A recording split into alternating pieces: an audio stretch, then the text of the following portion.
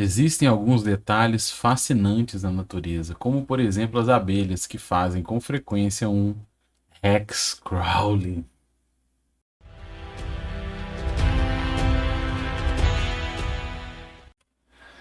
Salve aventureira, salve aventureiro, bom dia. Eu sou o Kiral e esse é o primeiro vídeo de uma série que a gente vai começar a trabalhar aqui no canal, que é a oficina de Hexploração. Eu vou deixar uma ressalva que existem várias formas de fazer um hexcrawling.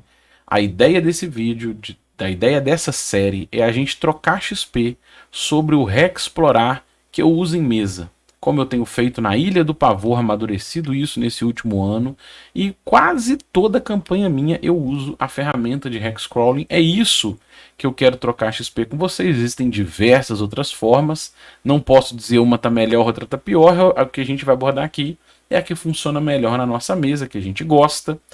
E a gente vai fazer isso numa série de vídeos, até para a gente ir amadurecendo isso no processo e ir trocando esse XP juntos, né? Essa é a ideia, cada vídeo com um tema. Então hoje, o que a gente vai fazer é um exercício inicial de fundamentos do hexcrawling para a gente entender por que fazer, quando ou quando não usar essa ferramenta. Então, para isso, eu vou trazer aqui um parâmetro. Imagina que esse é o microbioma que a gente está trabalhando. Então, se a gente olhar para esse microbioma, ele tem uma cordilheira ao norte, uma floresta mais densa e montanhosa, depois uma floresta diferente na parte sudeste, tem uma parte de pântanos e até uma área litorânea que é um mar, né, na parte sudoeste, e o sul não está marcado aqui. Planícies, a gente vai assumir nesse desenho aqui, a gente vai assumir que essa marcação em vermelho, para nós, só para ilustrar a nossa brincadeira, a gente vai assumir que ela é uma estrada, tá? É uma estrada maior, são estradas principais. Não é isso no mapa original, a gente vai assumir só para fazer essa ilustração didática. Então vamos pegar uma ideia de uma aventura. Imagina que o nosso jogo começa nesse vilarejo, a Vila Litorânea, né, Vila Nova. É uma vila litorânea ali que serve como uma fonte de escoamento de comércio, de suprimentos que vem de outros vilarejos, outras cidades, interior do reino, mas também como um comércio para chegar coisas, né, temperos, chegam por ali. Então essa Vila Nova, nessa parte aqui desse biominha que a gente está trabalhando, tem esse ponto onde a gente vai começar o nosso jogo. E aí, jogando tudo simulado, tá, gente? Jogando, vocês coletam um rumor de que uma vila na base do ferro, chamada de Vila do Ferro, é um vilarejo em que a função principal dela é extrair por uma mina, tá vendo uma mina aqui? Extrair ferro. E ela usa de uma estradinha, ó, tem uma estradinha aqui, a gente vai trabalhar. Ela tem uma estradinha secundária que chega na estrada principal, anda pela estrada principal, passa por um forte que foi uma ruína de uma outra civilização que caiu e hoje a população desse reino usa ele como um forte de segurança, né, nessa viagem. Então ficam ali patrulheiros, um grupamento de mercenários que auxilia na segurança local. E dali tem uma outra estradinha que chega nessa Vila Nova para poder escoar esse material. E dali ele vai para outros pontos do reino. Então é minério de ferro principalmente. E vem produtos secundários, né? Às vezes geleias, alguns produtos de animais que são cultivados ali naquele vilarejo chegam ali. E as coisas voltam também, coisas que chegam do interior, ferramentas, outros materiais. Eles usam essa estrada. Então como que seria em dias? Vamos assumir que daqui até o forte dá meio dia de viagem, porque cada hexágono, a gente vai assumir, cada hexágono fácil, né? A gente vai assumir que são 2 horas de viagem. Fácil, eu digo, por estradas ou trilhas, né? Então essa estradinha secundária aqui, você vai andar 2, 4 horas, se sair de manhã, você chega beirando a hora do almoço no forte. Aí, para não dormir à noite na estrada, o que o pessoal costuma fazer? Eles dormem ali no forte. Dormem ali no forte, e aí saem no outro dia de manhã. E saindo no outro dia cedinho, você vai andar, ó, pensando em hexágonos, 2, 4, 6, 8. Então você sai no outro dia cedinho, andando pela estrada e pegando a estradinha secundária, você chega lá na vila, saindo de manhã cedo, você chega lá no final da tarde, anoitecendo, né? Algo assim. Beleza, esse é o fluxo normalmente da viagem indo para lá, na vila. E ao contrário, saindo bem cedinho da vila, bem cedinho, no raiar do primeiro sol, a galera chega escurecendo ou já caindo à noite no forte, dorme ali e no outro dia sai cedinho. Isso para evitar que se durma na estrada. Esse é o padrão do contato entre a Vila do Ferro e a Vila Nova. Pronto, acabamos de inventar isso aqui agora. Só que o minério de ferro está atrasado, já tem tempo que não chega, os suprimentos não chegam e os últimos viajantes que foram, mascates, comerciantes que foram para lá, não voltaram. Então há um rumor ali de que pode ter acontecido alguma coisa na vila. E você que está mestrando bolou uma aventura na mina. Na mina lá, a mina foi, sei lá, assombrada, você bolou alguma coisa na mina. Essa é a aventura. E aí comerciantes, mercadores, né, que trabalham ali com barcos, donos de barcos, começaram a ofertar para aventureiros irem lá investigar o que rolou. O burgomestre da cidade não pode mandar os seus guardas, porque eles principalmente são responsáveis pela própria segurança da cidade, e há uma patrulha de mercenários que recebem para poder viver ali no forte, nas ruínas e manter a região segura. Então, é uma possibilidade de aventura. Essa é a ideia. Se você simplesmente assumir a viagem pela estrada, você está fazendo isso de forma narrativa. Olha, vocês viajam pela estrada de manhã, dormem ali no forte, de manhã pegam a estrada principal, chegam lá na vila e beleza. É uma forma de jogar. Nessa forma de jogar, o foco do seu jogo ele acaba ficando nas aventuras, né? Nas aventuras planejadas, que são, por exemplo, a aventura da mina. É uma aventura de mina que você planejou. E a viagem fica secundária. O foco é a aventura. Esse jeito de jogar, ele tem muito a ver com o que é chamado de point crawl. O que seria isso? O que seria um point crawl? Para nós aqui, a gente vai assumir que crawl ele tem muito a ver com esse estilo de jogar, com navegar, explorar, investigar. Tem a ver com isso, né? Não é bem rastejar. Mas é essa ideia de você fazer uma navegação, é você investigar um local, tem a ver com isso. E quando é point, pontos. Então esse estilo de jogar, a tradução para nós, a localização, seria alguma coisa como navegar por pontos.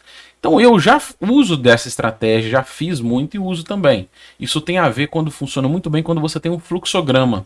Então o que seria isso? Você vai ter pontos de interesse, né?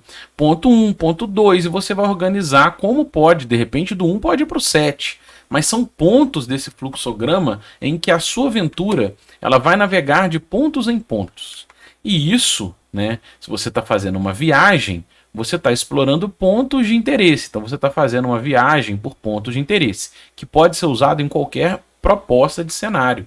Se você faz numa cidade, por exemplo, se a galera está, sei lá, numa taberna que está aqui, e eles querem conversar com o mago, lá na Torre do Mago, que é aqui, se você só fala, olha, beleza, depois de uns 15 minutos, 20 minutos, sei lá, vocês pegam a caminhada, andam pela estrada e chegam lá, vocês estão na Torre do Mago. O que você fez? Você fez um salto, né, como se fosse assim, um momento em que se está na taberna e um momento em que se está na torre. E se eles pegaram essa estrada, chegaram na torre, ou se eles fizeram um caminho mais longo lá na frente, passaram por aqui, não faz diferença, né? Você não está explorando as diferenças de navegação nas cidades. Você vai voltar de uma aventura e entrar por um ponto, entrar por um portão, entrar pelo outro, pular, não pular, se está de dia, está de noite, isso fica em segundo plano. O objetivo é, nesse caso, é que nessa cidade não faz diferença muito por onde você vai ou não vai, então funciona muito bem como um point crawl. Você pega pontos de interesse, cria um fluxogramazinho para ver por onde você passa ou não, e o que está acontecendo ali não é tão impactante para esse jogar. Você pode fazer como eu já fiz, numa aventura de castelo. Há muito tempo eu mestrei, na época que eu mestrava a quinta edição, eu peguei um castelo bem complexo e eu transformei ele num fluxograma. Então, eu não tinha todo o mapa desse multi-mega castelo.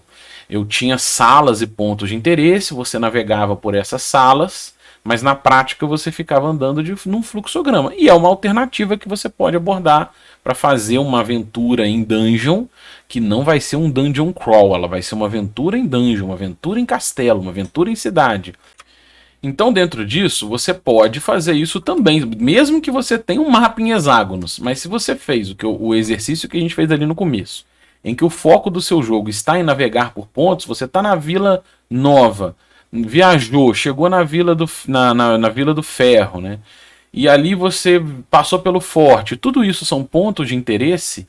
Na prática, você está fazendo um point crawl, ou uma navegação, um jogo por pontos. E tudo bem, é um estilo de jogo, não tem problema nenhum nisso. Mas, isso, na verdade, tem muito a ver, inclusive, com a proposta pulp da literatura do apêndice N. Né? As aventuras do Conan, por exemplo, se você ler, pegar os contos originais do Howard, eles casam muito com essa ideia que eu vou chamar aqui de episódica, em que o Conan, se você pega conta, ele de repente está no meio de um deserto, e aí abre outro conto e não interessa, passou 1 ano, 2 anos, ele está num barco navegando para um outro lugar, e beleza. Esse estilo episódico funciona muito bem se você quer esse espírito pulp no seu jogo.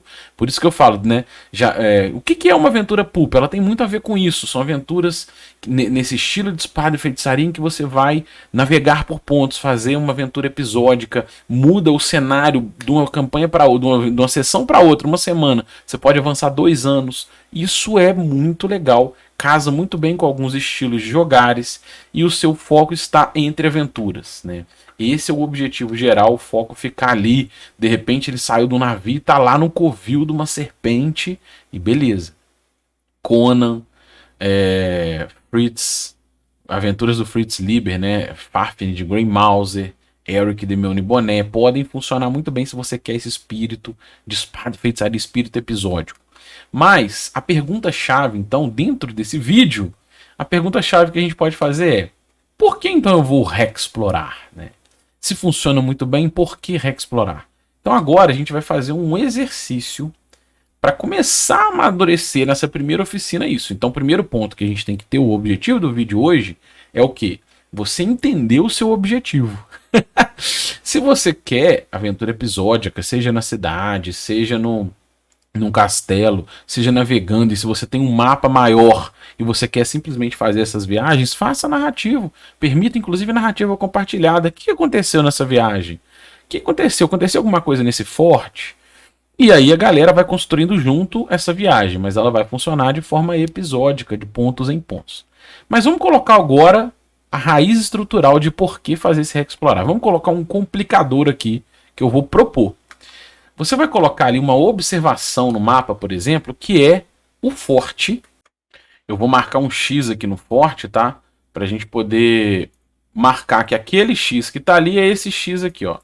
Olha só, o forte foi invadido por orcs. Beleza. Então o forte foi invadido por orcs e isso virou um complicador. Significa que naquela navegação da galera que vai pegar uma estradinha aqui secundária, chegar até uma parte mais acessível, onde tem uma segunda estradinha que vai até a vila, já virou um problema. Por quê? Porque na hora que eles chegarem ali para passar a noite, né, mascates, viajantes que vão de cá ou de lá, já tem um problema no forte. Aí você pode fazer isso como antecipação. Ó, na hora que a galera começar a navegar você vai pensar na preparação, né? O que você vai pensar? Que orcs invadiram esse forte, tomaram o forte e colocaram as cabeças daquela patrulha de mercenários que vivia por ali, guarnecia o lugar, nas fronteiras. Não cheguem aqui. Esse lugar é nosso. E eles vieram, sei lá das montanhas, ó.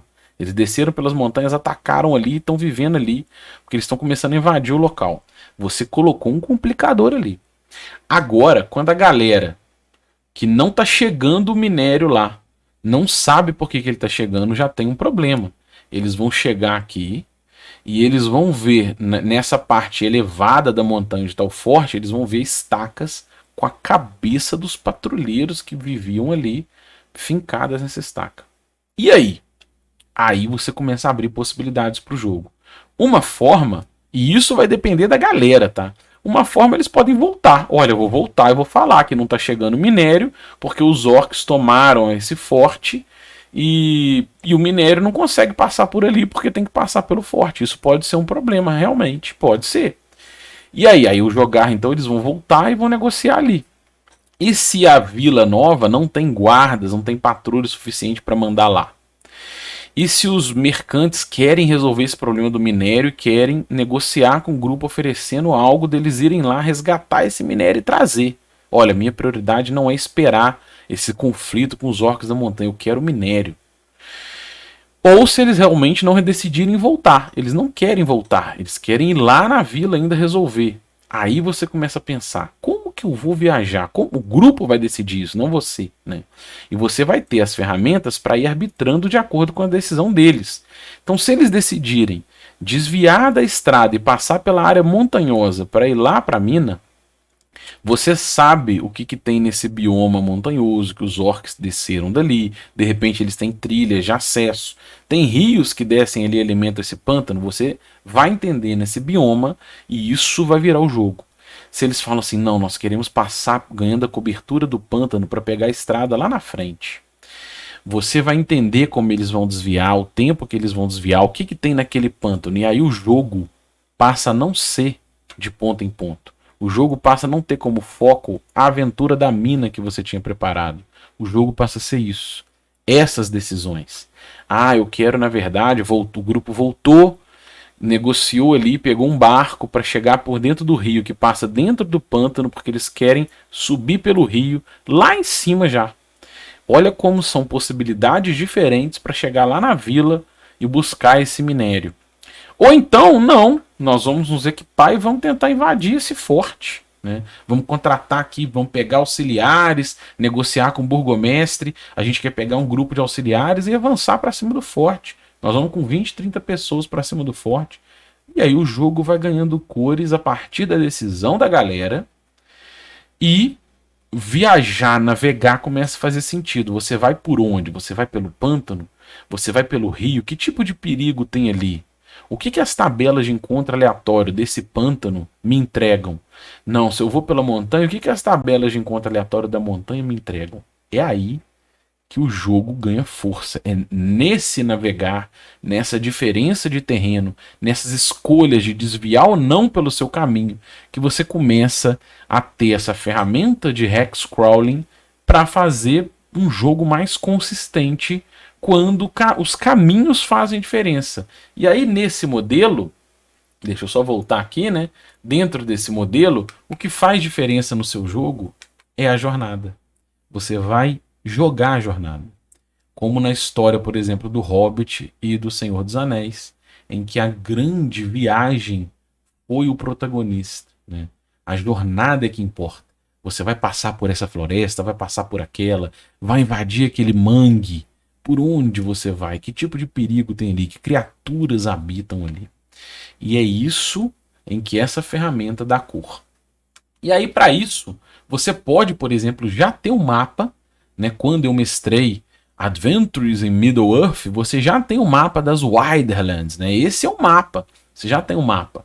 E aí, para construir um hexcrawl em cima dele, para te dar consistência nesse jogar, olha a ideia do mapa. Ó, aqui está o condado. Olha que mapa legal. Isso aqui dá até para colocar com uma moldura em casa. Né? Aqui você tem o condado, tem toda a cordilheira de montanhas, tem a terra do Bjorn, né? Os Bjornens, e você tem a montanha solitária lá. Como que você vai até lá? Quais são os seus caminhos? Então você pode já ter um mapa bem escalonado, bem organizado, e sobre ele você deposita uma camada de hexágonos. Esse mapa é o mapa do mestre desse ambiente de jogo. Repare que o que está marcado em vermelho são terras, são regiões extremamente hostis, né? Áreas extremamente perigosas, com tabelas de criaturas que habitam ali específicas. O que está marcado de marrom são áreas perigosas, mas não tanto quanto o vermelho. O marrom é moderado e o verde são áreas mais tranquilas, mais seguras. Então você tem, como mestrando, você tem essa malha hexagonal depositada sobre o mapa para você melhor arbitrar o jogo, melhor ir julgando e administrando essa ferramenta. Mas a galera que está jogando não tem esse mapa aí, não sabe disso. Né? Eles podem ter no máximo um mapa real, um mapa ilustrativo do lugar, ou eles mesmos podem não ter mapa nenhum e desenhando. Mas essa é uma das possibilidades. Uma outra possibilidade é você ir montando o seu mapa sobre os hexágonos, né, com tokens. Então é uma outra ferramenta. Você ter, por exemplo, um biominha aqui que você está cruzando de 10 a 1, 2, 3, 4, 5, 6, 7, 8, 9, 10, 11. De 11 por 10, por exemplo, e você vai depositando em cima dele tokens. Né? Ah, tem uma montanha ali na região A e na região B. Ah, existe uma vila dos anões no B2, né? Tá vendo? E no B8 tem a vila da galera que vai jogar. Como que você faz esse comércio? De repente tem uma estrada que acessa ali e faz um comércio. E essa estrada passa por uma planície. Aqui não é um mapa tentando ser um mapa real, ele é um mapa organizado para você que está mestrando e montando o seu próprio bioma. Você pode fazer de forma arbitrária ou ir gerando esses terrenos por geradores. Mas a ideia geral tem essas duas bases. Ou você já tem um mapa e deposita uma malha hexagonal para melhor organizar o seu jogo, ou você constrói ele como uns tokens ilustrativos para você ir mestrando. Essa é a ideia geral, tá? Mas para a gente fechar o vídeo de hoje, né, para não ficar gigantesco, que a gente vai amadurecendo isso vídeo por vídeo, por que um hexágono? Né? É uma pergunta. Então a gente já entendeu por que a gente quer explorar. Ou melhor, por que a gente quer reexplorar. Né? Se você não quer fazer uma aventura mais episódica, navegando de pontos em pontos, beleza, faz um fluxograma e tá fechado. Não, quer dar mais significado, quer dar importância à jornada? Vamos pensar nos hexágonos como ferramenta. Mas por que hexágono? Por que não é um quadrado? Por que não é outra figura geométrica? Né?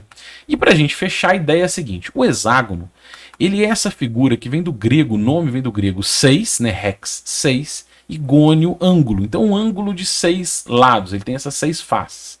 Com um ângulo de 60 graus, se você fatiar 360, vai dar 60 graus. Então ele tem esse ângulo interno de 60 graus, e o externo de 120. E aqui, ó, o hexágono é fatiado em 6 triângulos, tá vendo? Como se fosse uma pizza. Essa é uma das formas de você organizar o hexágono. Se você for desenhar ele com compasso, ó, para quem já teve aí aula de artes e tudo, você faz um círculo compasso, depois 2 meios círculos e faz a organização dos ângulos dele. E você vai ter um hexágono muito bonito ali dentro. É outra forma de jogar, né? Você ter esse hexágono. E a figura do hexágono, ela permite, inclusive, você fazer brincadeiras. O D20, ele nada mais é do que um hexágono, do que um hex em 3D, com vários faces triangulares nele, como o Kiral, né? Que é um Q na brincadeira, que também é um hexágono, que eu acho sensacional. Então, por que hexágono? Por essas coisas, né, em geral. Se a gente pensar num...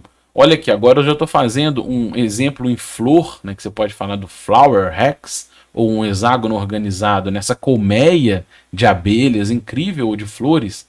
O hexágono permite você criar organizações da distância entre uma face e outra, com a mesma distância, por exemplo, do ponto central a um outro ponto central. Então, navegar do centro dessa área até o outro centro, ela vai te dar uma distância similar a você navegar de uma face do hexágono a outra.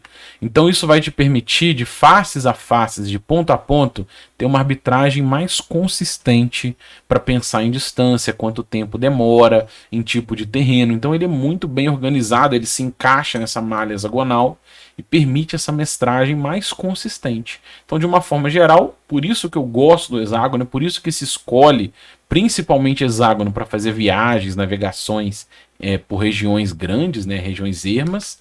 E o Outdoor Survival, que é a origem, a inspiradora para hexcrawling em RPG, né? Ele é um board game, um jogo de tabuleiro da sobrevivência nesse outdoor, né? Sobrevivência lá fora, né? E a sobrevivência nos ermos. E esse jogo de tabuleiro, ele vem indicado no D&D original, já mostrei aqui que é um fanzine, e ele indica para você pensar em terrenos, em distâncias, em formas de sobrevivência, para você ir no Outdoor Survival e pegar lá. Né? E ele é organizado em hexágonos, que são hexágonos de tamanho de 5 milhas, que é a referência do D&D original, que já traz essa ideia de hexcrawling, mas ele indica você ir lá no board game, porque ele foi construído na forma de um fanzine, né? Essa ideia bem amadora, de um cenário ainda amador do D&D dos anos 70. E é isso, tá? Hoje no primeiro vídeo a ideia foi essa, para a gente entender primeiro por que escolher fazer hexcrawling, se você pode fazer o point crawling, tem essa opção, e por que um hexágono. Essa é a ideia para o vídeo não ficar gigantesco, e a gente vai amadurecendo e trocando esse XP de passo a passo nessa ideia de oficina. E se você gostou dessa ideia, se inscreva aqui no canal, deixe um joinha, compartilhe, acima de tudo comente. A ideia é boa, a ideia não é boa, vamos trocar esse XP, curte, não curte, deixa aí um comentário, porque o grande objetivo desse canal é trocar XP. Um abraço e até o próximo vídeo.